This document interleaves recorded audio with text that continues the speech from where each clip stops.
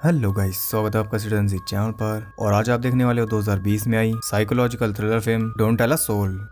जितना इंटरेस्टिंग इसका टाइटल है उतनी इंटरेस्टिंग ये फिल्म भी है। इसके राइटर और डायरेक्टर हैं एलेक्स मैकॉले और ये उनकी डेब्यू मूवी है। 15 जनवरी को इसे वर्ल्ड वाइड रिलीज किया गया है। तो ऐसी यूनिक और इंटरेस्टिंग वीडियोस देखते रहने के लिए चैनल को सब्सक्राइब करके बेल नोटिफिकेशन जरूर से ऑन कर लो, ताकि मुझे वीडियो बनाने की मोटिवेशन मिलती रहे और आपको वीडियोस की नोटिफिकेशन। तो मूवी के बारे में अभी मैं आपको कुछ नहीं बताऊंगा, मूवी कैसी है ये आप मुझे बताना। तो अब ज़्यादा देर ना करते हुए चलते हैं, स्टोरी स्टार्ट करते हैं।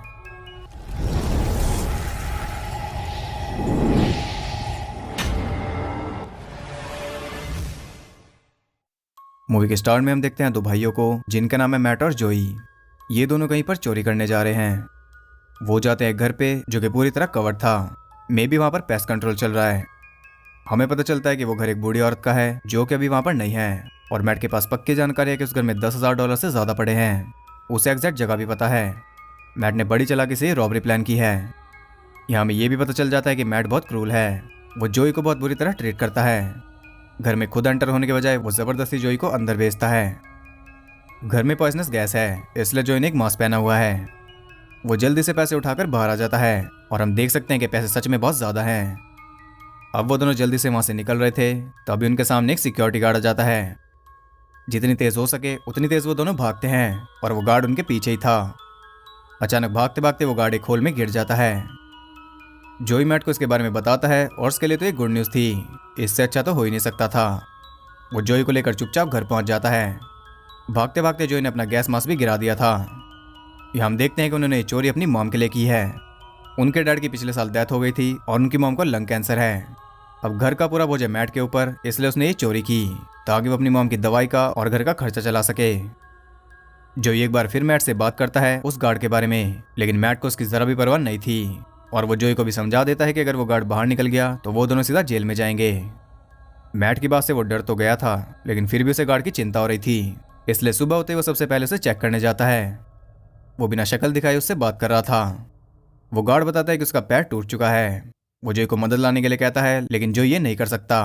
अपने भाई के खिलाफ वो जा ही नहीं सकता था, इसलिए नहीं क्योंकि वो उसका भाई है, बल्कि इसलिए क्योंकि फिर वो उसे मार डालेगा।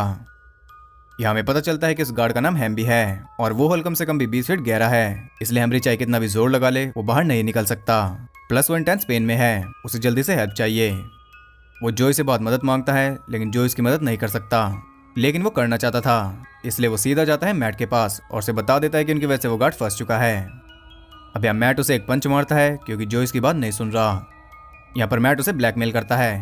वो कहता है कि चोरी तुमने की है, मैंने नहीं।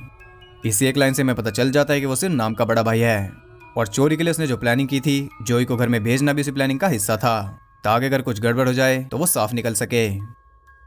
अब जोई घबरा चुका था, लेकिन उसके पास भी एक सोल्यूशन है। वो उसे उल्टा ब्लैकमेल करता है। वो कहता है कि वो मॉम को सब कुछ बता देगा। अब ना चाहते हुए मैट जोई के साथ जाता है, लेकिन वहां पर भी उसके साथ लड़ रहा था। इस सब से हैम्बी को भी पता चल जाता है कि ये दोनों वही लड़के हैं। हैम्बी कहता है कि वो किसी को कुछ नहीं बताएगा, जैसा वो दोनों कहेंगे वो वैसा ही करेगा। लेकिन मैट को उसकी बातों पर जरा भी भरोसा नहीं था। वो हेल्प करने से साफ मना कर देता है और उसका मना करने का तरीका भी बहुत बुरा था। वो दोनों वापस घर जाते हैं, लेकिन जोई को बहुत बुरा लग रहा था, इसलिए माफी के तौर पर वो हैम्बी के लिए कुछ खाना लेकर जाता है। अब तक हैम्बी भी समझ चुका था कि इन दोनों भाइयों में से जोई अच्छा है और मैट बुरा है। वो दोनों काफी देर तक बातें करते हैं। जोई हैम्बी से उसकी फैमिली के बारे में पूछता है। वो बताता है कि उसकी एक वाइफ और 2 बच्चे थे, लेकिन अब नहीं है। हैम्बी एक अच्छा इंसान लग रहा है। वो फिर से जोई से मदद मांगता है, लेकिन जोई अभी भी श्योर नहीं था। वो चला जाता है और रात को दोबारा आता है। इस बार वो कुछ और फूड और एक ब्लैंकेट लाया था। वो अपनी मॉम की कुछ पेन किलर्स भी लाया था ताकि हैम्बी को थोड़ा आराम मिले। साथ ही वो उसके लिए एक वॉकी टॉकी भी लाया था ताकि अगर उसे कोई प्रॉब्लम हो तो वो जोई से कॉन्टैक्ट कर पाए। उसकी सेट फ्रीक्वेंसी थी, इसलिए हैम्बी किसी और से कॉन्टैक्ट नहीं कर सकता। जोई इसकी पूरी हेल्प कर रहा है, बस वो उसे बाहर नहीं निकाल सकता क्योंकि फिर मैट उसे नहीं छोड़ेगा। अभी भी उसे ये डर है कि कहीं मैट को पता ना चल जाए, और उसका डर सच हो जाता है। मैट को पता चल चुका था कि वो अभी भी हैम्बी से मिल रहा है। जो इसकी बात नहीं मान रहा था, इसलिए वो दूसरे ऑप्शन की तरफ जाता है। अगली सुबह वो उसी घर में से एक गैस सिलेंडर चोरी करता है और उसे ले जाकर सीधा उसी होल में फेंक देता है। वो पॉइजनस गैस थी। हैम्बी उसे बाहर फेंकने की बहुत कोशिश कर रहा था, लेकिन कोई फायदा नहीं होता। जोई बात नहीं मान रहा था, इसलिए उसे हैम्बी को ही मारना पड़ा। इस सब से जोई को बहुत गुस्सा आता है, लेकिन मैट के आगे उसकी जरा भी नहीं चलती। घर जाकर वो एम्बी से कांटेक्ट करता है, लेकिन उसे कोई रिस्पांस नहीं मिलता। इसका एक ही मतलब है। अगली सुबह मैट जोई को बताता है कि आज रात वो एक पार्टी में जा रहे हैं। जोई की मर्जी हो या ना हो, उसे जाना ही पड़ता है। वहां जाकर उसे पता चलता है कि मैट के दोस्त इस रॉबरी के बारे में जानते हैं। अब ये तो उसके लिए झटका था ही, लेकिन इससे भी बड़ा झटका ये था कि वो पार्टी मैट ने ही दी है, यानी कि वो उन पैसों को उड़ा रहा है, उनका घर में यूज नहीं कर रहा। जब जोई से जाकर पूछता है तो वो फिर से गुस्सा हो जाता है, और इस बार वो अलग ही तरीके से गुस्सा निकालता है। वो पूरी पार्टी को बता देता है कि उसका छोटा भाई बूढ़ी औरतों के घरों में घुसकर चोरियां करता है। ये सुनकर सभी जोई को बुली करने लगते हैं। यहाँ हमें पता चलता है कि जितना हमने सोचा था, मैट उससे कई ज्यादा वर्ष है। अब इतना सब कुछ झेलने के बाद जोई भी चुप नहीं रहता। वो भी सबको बता देता है कि मैट ने एक आदमी को मार डाला, लेकिन उसकी बात को सब मजाक समझते हैं, सिवाय मैट के। वो उसे बाहर ले जाता है और मार पीट कर वापस घर भेज देता है। जोई चाहता तो था, लेकिन चाहकर भी वो अपनी मॉम को ये सब नहीं बता सकता था, क्योंकि वो ये सब नहीं सह पाएगी। अब वो अपने डैड को बहुत बुरी तरह मिस कर रहा था। वो अपनी मॉम के पास बैठा था और वहाँ टीवी पर न्यूज़ चल रही थी। एक आदमी अपनी वाइफ और 2 बच्चों का मर्डर करके फरार था, और वो आदमी है हेम्बी। उसका असली नाम है रैंडी मिचेल सैल्डर। अब यहाँ अचानक से सब कुछ पलट गया है, इसलिए हमें प्रोसेस करने में थोड़ी दिक्कत हो रही है। जोई का भी सेम यही हाल था, इसलिए एक बार से ठीक से समझ लेते हैं। पहली बात तो हेम्बी कोई गार्ड नहीं है, और दूसरी बात कि उसका नाम हेम्बी भी नहीं है, उसका नाम है रैंडी।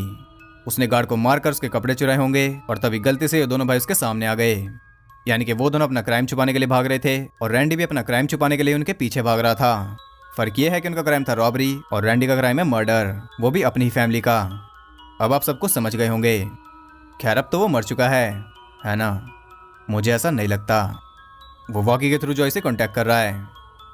जॉय से आंसर करता है और वो जॉय को मिलने के लिए बुलाता है। अब हमें उसकी असलियत पता चल चुकी है, इसलिए अब हमें वो पहले जैसी वाइब बिल्कुल भी नहीं आएगी।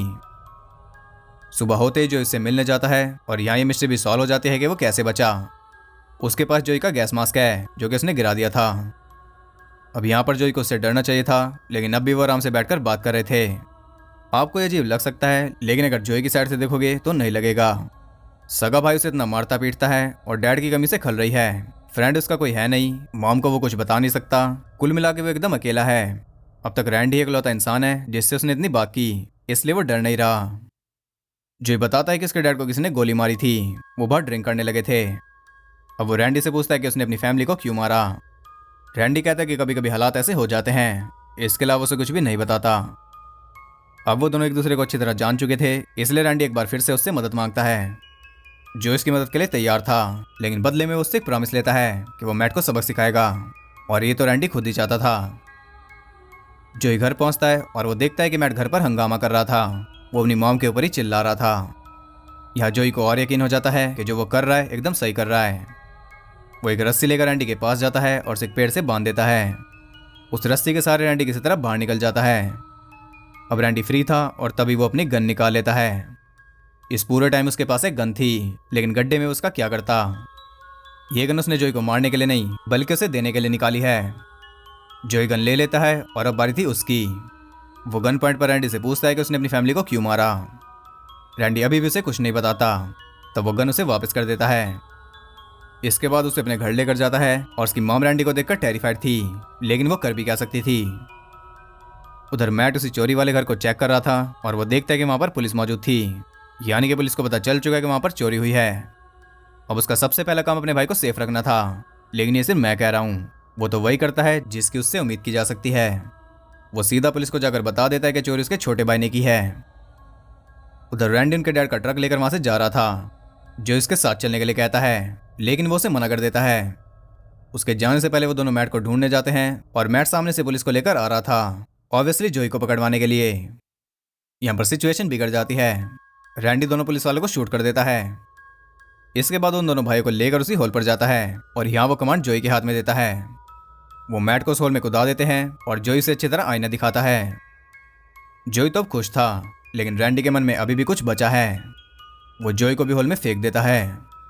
जैसे ही वो नीचे गिरता है, मैट उसे मारना शुरू करता है, और मार मार कर उसे अधमरा कर देता है। रैंडी का काम हो चुका था, इसलिए वो तो वहां से निकल रहा था, लेकिन उसे रोकने के लिए वहां पर उन दोनों की मॉम पहुंच जाती है। रैंडी को उसने ट्रैक किया उस वॉकी की हेल्प से। यहाँ वो बताती है कि उनके डैड को उसी ने मारा था, क्योंकि वो भी मैट की तरह अब्यूसिव था, और उनके डैड की वजह से उसे कैंसर हुआ। इस फिल्म में तीसरी बार एक मासूम कैरेक्टर इविल बना है। इस वक्त वो दोनों सेम है। रैंडी भी अपनी फैमिली को मार चुका है और वो भी। यहाँ वो बिना कोई देर किए रैंडी को शूट कर देती है। इसके बाद वो अपने बच्चों के पास पहुंचती है और हम देखते हैं कि अब मैट को पछतावा हो रहा है जोई को अधमरा करने के बाद। खैर यहाँ पर ये फैमिली फिर से एक हो जाती है और इसी के साथ ये मूवी एंड हो जाती है। तो अगर मैं ये कहूँ कि मूवी अच्छी थी तो इसमें कुछ भी गलत नहीं होगा। साथ ये बहुत ज़्यादा अनएक्सपेक्टेड थी। शुरू में हमें लगता है कि एक सर्वाइवल स्टोरी होगी, धीरे धीरे हमें पता चलता है कि उससे ज़्यादा है और एंड तक तो सब कुछ ही बदल जाता है।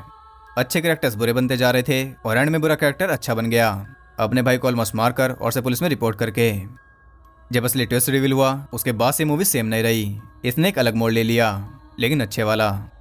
खैर मूवी एकदम स्ट्रेट फॉरवर्ड थी, इसमें फालतू का कुछ भी नहीं दिखाया गया, जो कि बहुत अच्छी बात है। चाहते तो ये हमें उनके डैड की स्टोरी भी दिखा सकते थे, या फिर उस औरत की जिसके घर में चोरी हुई थी, या फिर जोई का स्कूल। ऐसा बहुत कुछ था जो वो दिखा सकते थे, लेकिन उन्होंने ऐसा कुछ भी नहीं किया। ये भी एक खासियत है। तो आप बताइए आपको ये मूवी कैसी लगी, मैं आपसे सुनना चाहूँगा। अगर आपको वीडियो पसंद आई तो एक लाइक और एक कमेंट जरूर करना, और ऐसे इंटरेस्टिंग वीडियोस देखते रहने के लिए चैनल को सब्सक्राइब करके बेल नोटिफिकेशन कॉल पर सेट कर लो, ताकि नोटिफिकेशन आपको सरप्राइज कर सके। और ज़्यादा कनेक्टेड रहने के लिए आप मुझे इंस्टाग्राम पर फॉलो कर सकते हो, वहाँ पर आपको बहुत कुछ जानने के लिए मिल जाएगा, लिंक डिस्क्रिप्शन में है। तो मैं मिलता हूँ उससे अगली वीडियो में, तब तक के लिए सबको बाय।